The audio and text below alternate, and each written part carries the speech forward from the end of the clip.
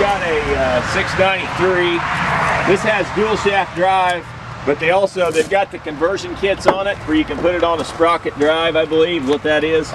So just a couple simple pieces that you can use it on an older one. If you don't want to do that, pull them out. You can use it on the newer combines. I believe this would be a 1994 model. It does have standard deck plates, regular stock rolls. You know, she's dirty. Sprockets are just so-so.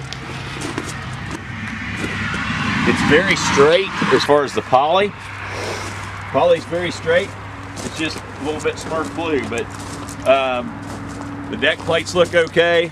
But it's in its work clothes, like it had just come in here. But you can see it's real good down here in the pan. The auger is decent. There is a couple little bitty, but the auger looks good in general. Right there's one little bitty place. Should be a decent head, but the sprockets and the chains are showing wear. Okay. But it's a simple head. There's not any bells and whistles on it necessarily.